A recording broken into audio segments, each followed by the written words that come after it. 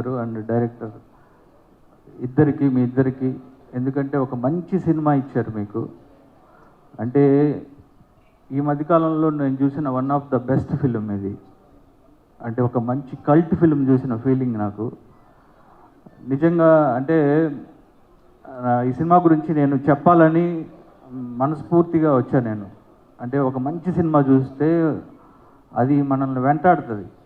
అంటే ఇంటికి వెళ్ళిన ఆ తర్వాత రోజు నేను ఫస్ట్ డే చూసాను, నేను ఇంకా అదే వైబ్లో ఉన్నా.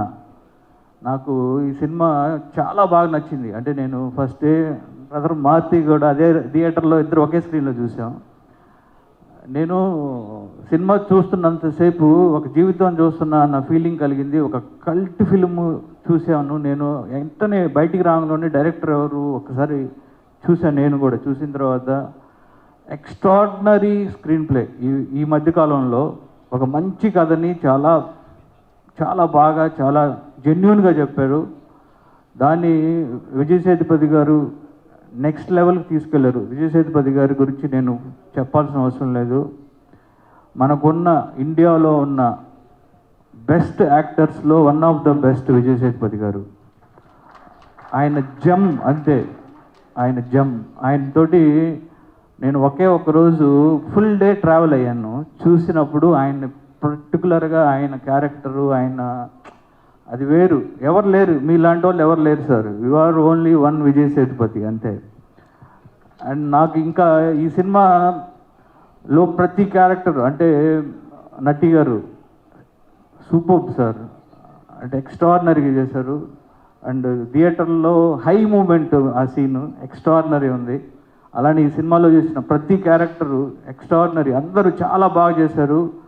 డైరెక్టర్ ఒకసారి రాబ్ బ్రదర్,